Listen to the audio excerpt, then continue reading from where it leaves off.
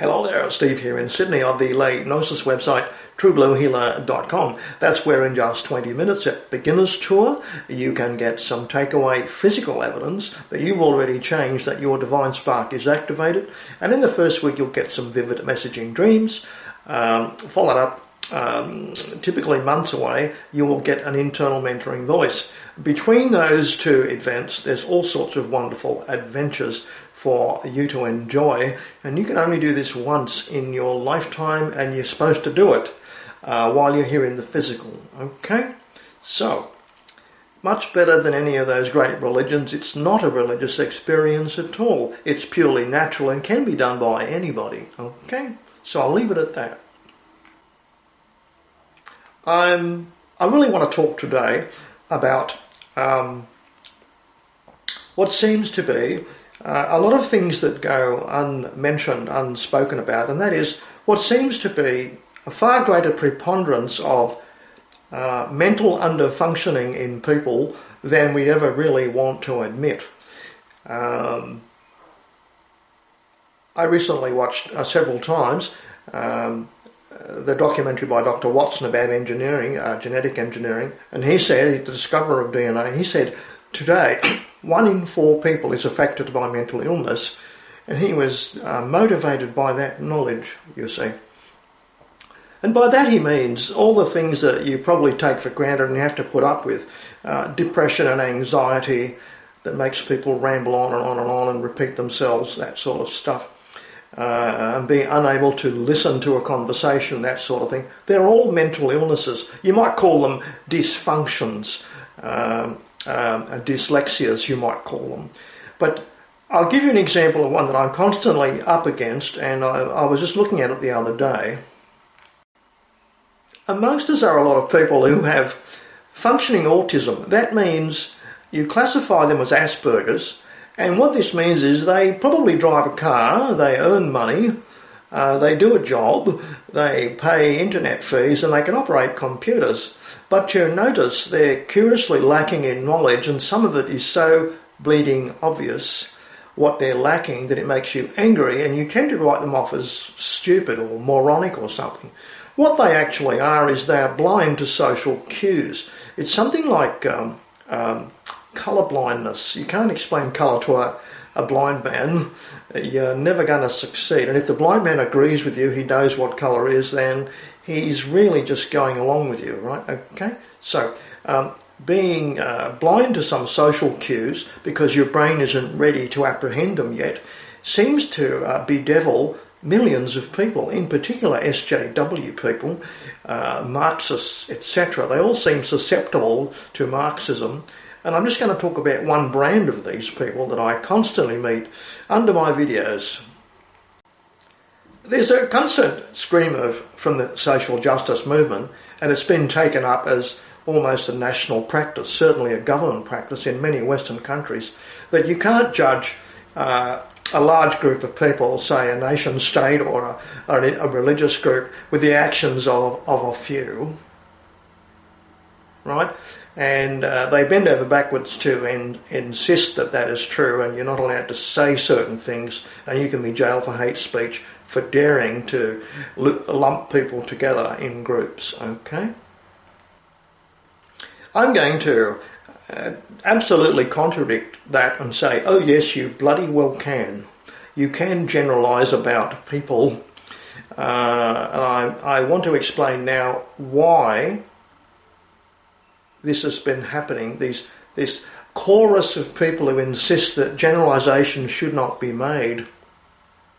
I'm going to tell you where generalisations come from. For all the Asperger people out there, and the brains are slow to develop, they don't grow up till they're 45 or 50 or something, I'm going to say that a generalisation is a tool used in conversation by adults when they are talking to each other. Okay? So I'll make a generalisation. I'll say something that we might say in conversation. Grown-ups do this all the time. Asperger people can't figure it out. And it goes like this. You can say something like, well, the French are absolutely famous for making the best cheeses in the world. If I say that in a video, there'll be people queuing up to tell me that, you're really quite wrong to generalise and give all those French people a lot of credit they don't deserve, because in practice, only 1% of French people are actually involved in the cheese-making industry. That's if you include all the truck drivers and factory workers. And let alone you haven't mentioned the cows, right? So you've got to remember that there's even a non-citizen production point for cheese in France. So what is this person doing when I get those sort of things written to me? The person is revealing their own mental dysfunction in the fact that they are unaware of some things are so bleeding obvious that no one says them. So they run around on the internet correcting people, saying you shouldn't generalise just because 5 Muslims commit a crime. You can't say Islam is terrible. Well, you actually are allowed to say that. It's a generalisation used by adults. And if you really bow to the needs of these stupid Asperger people, SJWs and all that sort of stuff, every time you say something like the French are good for making cheese, you have to follow it up with 17 caveats listing all the exceptions. That there's more women making cheese in France rather than the men, that sort of thing. And we have to remember that cows are not people, they're not registered voters, and they're not covered under the population figures of your generalisation. Can you see how if we don't have generalisations, we can't have ordinary day-to-day adult conversations? This is something that Asperger people don't get. They just don't apprehend it because they're very slow at developing. They might not figure it out till they're 50 years old. But I do fear that Asperger's, that failing to understand conversational cues, is a lot of the reasons why we hear, you can't judge Muslims by Muslim terrorism because there's only been 30,000 attacks in the last 10 years and there's 1.6 billion Muslims. It's unfair to tar them all. Well, you actually can, because there's a thing that connects everything called the Quran. And all the adults know this, and we don't have to have it pointed out to us, and we don't need protests from under-functioning Asperger people. And that's what the whole social justice movement seems to be, mentally under-functioning people. Another thing you find from these literalist Asperger people is, who don't understand simple generalisations, is literalism. You get a lot of protests where they start reading a dictionary out to you to try and say that you're wrong. And when you start reading a dictionary out to adults, you've got a problem. You're really showing your own deficit, showing your own dysfunction. That's a very important thing to remember. I've met so many pseudo-skeptics, people who are obviously Asperger, who start quoting dictionaries to you, and they seem to find some mighty strange dictionaries. I wonder if they write their own definitions themselves. Another noteworthy thing about the social justice movement, the Marxist movement, that sort of thing, seems to be chronic permanent anger. A war has to be fought because of chronic permanent anger in themselves. It's a biochemical problem, and it's probably connected to Asperger's. That's functioning autism, right? Okay? And they never learn how to relate to other people any other way except by raging at them. And they can't hold an ordinary conversation. And that's why we have all these screaming videos where SJW people are screaming and raging, falling down in corridors and throwing tantrums and that sort of thing. I think it's a dreadful bloody shame. And I don't know what the cause of it is, whether it be too many vaccines too early in life, poisons in the food chain or what, but it's affected their brain development. They're very slow growing, and some of them never apprehend a lot of common adult conversational cues, like generalisations. I mean, for example, we all know, don't we, as adults, that a generalisation always has an exception by definition, because that's what a generalisation is defined as. So any exceptions that they point up, and the literalists often do this, prove the generalisation, don't they? I shouldn't have to say this because it all goes without saying, and adult people don't even think about this stuff. But you get these constant silly Asperger people barking round your ankles about you can't generalise like that about French cheese manufacturers, because not everyone, I mean, they don't make cheese under the Eiffel Tower, do they? You get silly people talking to you like that. And there's no cheese manufactured near the Arc de Triomphe, and they don't make any cheese in Calais, do they? So they're argumentative, nitpicking literalists, and that's what I keep meeting. They drive me crazy. So I'm actually making this video for Asperger people, but I doubt they will apprehend the message I am laying for them. I really do doubt it. One can meet dysfunctional people who can't hold up their end of a conversation almost anywhere, and I meet one in McDonald's, and he's a very bright fellow, and he's made a lifetime study of the JFK assassination, and the problem is he can quote books verbatim. He's got about 10 books in his head, and that's all he can talk about. That's all he can talk about. And I've read a lot of the same books, and I know all the mysteries surrounding the strange aspect of the body having two autopsies, and the body may move from one autopsy to another and then arriving with a different brain inserted and things like that. And I know all the strange things that happen. I've read all those books, and every time he lays eyes on me, he starts going on and on and on about the JFK assassination. And he's such a bright fellow. I really want to ask him about, what do you think about the latest cruise missile attack on Syria? Where do you think that's going to go? You know, do you think Trump's got any more options? He's either got to finish off Syria or finish it off quickly and get it over and done with, or withdraw in a humiliating defeat and a waste of $2 trillion. He doesn't have many options, does he? And he's working for Israel. He's pressured by Israel and Zionists all around him. What do you think the options are?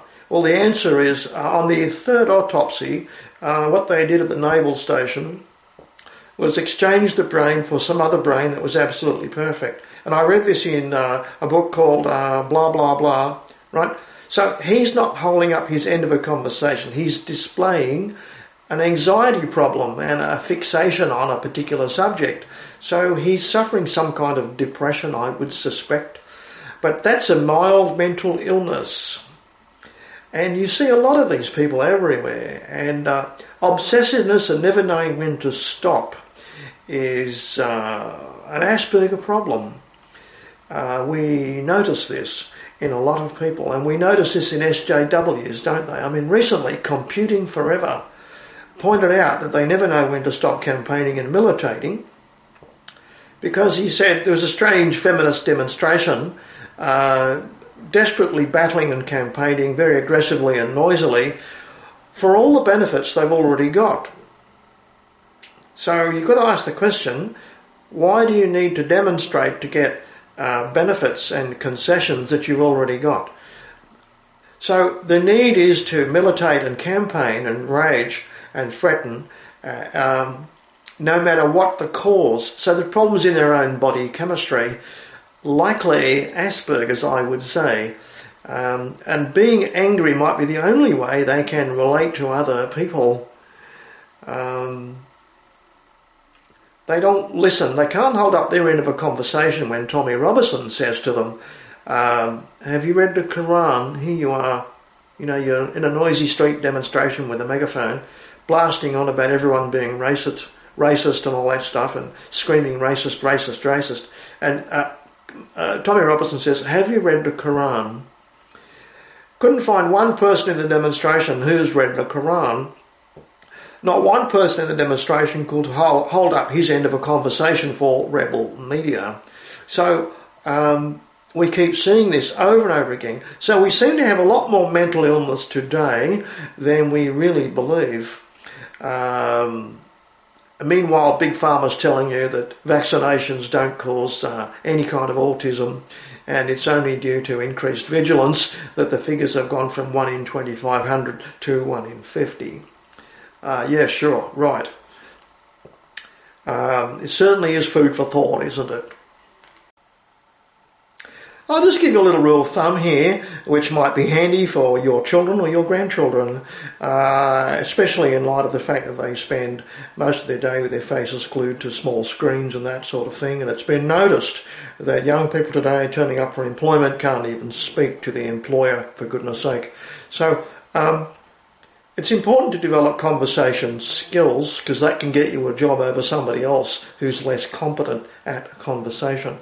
And what is the art of conversation? You can boil it down to it's a practice, a rule of thumb, and you can also test other people with whether they can do it. It's like a psych test you can do to people. It goes like this.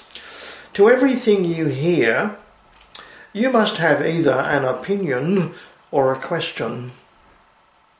And that applies to anything you hear. And you should, in theory, if you're a nice, balanced, average, nice, ordinary person, be able to talk about any subject without getting angry, without wishing to head kick the other person. So you should just be able to say, well, that's a colourful opinion, I've never heard that one before, without losing your temper, without wanting to retaliate. And you can have wonderful adventures with people. Some of the best people I've ever met have been complete strangers I met by accident that I would never even think existed. And using that simple tool of whatever is said to you, you have an opinion or a question. And you can test out people to test their conversational skills and how well balanced they are. You ask them about another subject. See how they respond. Can they deal with it? It's really just a sort of like a basketball match. Can you deal with a different subject? How well balanced are you? How capable are you? It's a simple test. So I'll leave you with that tiny little pearl of wisdom. Okay, see you next time.